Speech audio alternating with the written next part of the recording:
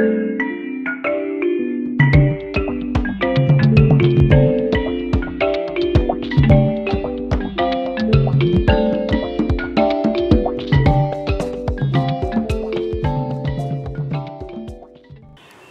मित्र ने पूछा है कि क्या ऐसे लोग भी होते हैं जिनकी शादी कर लेने के बाद सेक्सुअल डिजायर नहीं होती। ये एक महिला ने पूछा है, तो पूछती हैं क्या इसके लिए स्त्री के शरीर के स्ट्रक्चर का अट्रैक्टिव होना ज़रूरी है। देखिए, मैं तुमको वही समाधान दूंगा जो आध्यात्मिक विकास में तुम्हारे लिए सहयोगी होंगे, जो तुम्हारे मानसिक ढांचे के विकास में सहयोगी होंगे। और जीवन की तमाम समस्याओं के लिए तो लोग विशेषज्ञों के पास जा सकते हैं। मुझसे भी लोग तमाम ऐसे प्रश्न पूछते हैं जिनका उत्तर देना मेरे लिए अनिवार्य नहीं है। उसके लिए तो उनको उन समस्या के विशेषज्ञों के पास जाना पड़ेगा। अब ये बात पूछी है कि सेक्सुअल डिजायर का ना होना भी क्या होता है। बिल्कुल होता है। देखिए, जो सेक्सुअल डिजायर या सेक्सुअल ड्राइव है वो प्रकृति ने मनुष्य को दिया है, स्त्रियों को भी दिया है, पुरुषों को भी दिया है समान रूप से। लेकिन जो ये ड्राइव है, ये डिजायर है, उसकी इंटेंसिटी और डिग्री है, ये प्रत्येक व्यक्ति में अलग अलग होती है। किन्हीं भी दो लोगों में एक जैसी डिजायर या ड्राइव नहीं होता। और फिर इस सेक्सुअल जर्नी की तमाम स्टेजेस होती हैं जिनमें व्यक्ति गुजरता है। तो कभी कभी एक ऐसी अवस्था भी आती है जिसको मनोवैज्ञानिक रूप से असेक्सुअल स्टेज कहते हैं। असेक्सुअल स्टेज का तात्पर्य यही है कि व्यक्ति जो सेक्स की डिजायर है, काम वासना की इच्छा है, उससे बाहर हो जाता है। अब बाहर होने की कई स्थितियां हो सकती हैं। एक है कि व्यक्ति के जीवन में इतनी परितृप्ति घट चुकी है कि इच्छा से बाहर हो गया है। एक उसकी शारीरिक मानसिक ऐसी अवस्था हो सकती है जिसकी वजह से वो बाहर हो गया है। तमाम चीज़ें हो सकती हैं। इसके अच्छे और बुरे कारण हो सकते हैं, उनका अध्ययन किया जा सकता है, उन पर सोच विचार किया जा सकता है। अगर व्यक्ति अपनी परितृप्ति के कारण उस डिजायर से हटा है तो शुभ है, उसके विकास में सहयोगी है। और अगर किसी शारीरिक मानसिक समस्या से वो उसे हटा है तो उनका चिकित्सकीय समाधान है, उस चिकित्सकीय समाधान से गुजरा जा सकता है। और जो शारीरिक मानसिक रूप से हटा है वो व्यक्ति अपने मन में तो उस डिजायर में बना ही रहता है। ऐसा नहीं कि डिजायर उसके अंदर नहीं, उसकी क्षमता खत्म हो जाती है, कैपेबिलिटी नहीं रहती बॉडी माइंड की। अब ये असेक्सुअल स्टेज जो है, मैं समझता हूँ ये मानसिक विकास का एक धरातल है।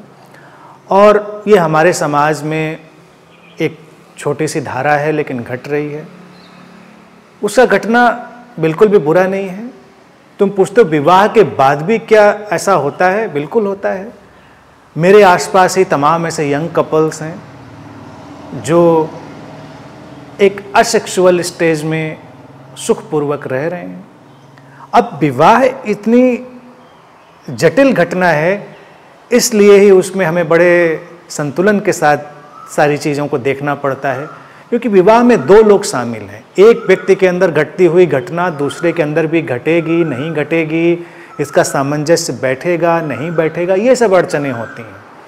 तो कभी कभी क्या है कि जब ये सामंजस्य नहीं बैठता तो विवाह में अड़चनें भी आती हैं, विवाह में तलाक भी होते हैं। पुराने वक्त में इसीलिए लोग घर छोड़कर भाग जाते थे, संन्यास ले लेते थे, क्योंकि स्त्री पुरुष दोनों के अंदर अलग अलग धरातल पर रूपांतरण की घटनाएं घट सकती हैं। और बेहतर यही होगा कि जब विवाह में जाएं तो उसमें आध्यात्मिक विकास भी एक अनिवार्य मूल्य की तरह शामिल हो, दोनों लोग साथ में विकसित हों। तो जब रूपांतरण आएगा तो कमोबेश थोड़ी बहुत डिग्री के साथ, अंतर के साथ दोनों के अंदर आएगा, तो दोनों उसको समझ पाएंगे, दोनों सामंजस्य बिठा पाएंगे। अब मान लीजिए कोई व्यक्ति अपने शरीर मन में रूपांतरित होते होते सचेतन अलगाव में चला जाए, जिसको मैं कॉन्शियस डिटैचमेंट कहता हूँ, और सेक्सुअल डिजायर से बाहर होने लगे। लेकिन दूसरा व्यक्ति, दूसरा पार्टनर है, उसके अंदर डिजायर है अभी, और डिजायर ज़्यादा भी है तो असंतुलन बनेगा, समस्याएं खड़ी होंगी, उसका समाधान निकालना पड़ेगा। लेकिन ऐसा संभव होता है, ऐसे तमाम जगहों पर घटनाएं घटती हैं जो कि स्वस्थ विकास क्रम है। अब जब मैंने एक प्रश्न के उत्तर में इस पर बात करी तो लोगों को लगा कि मैं क्या सेक्स का समर्थन कर रहा हूँ।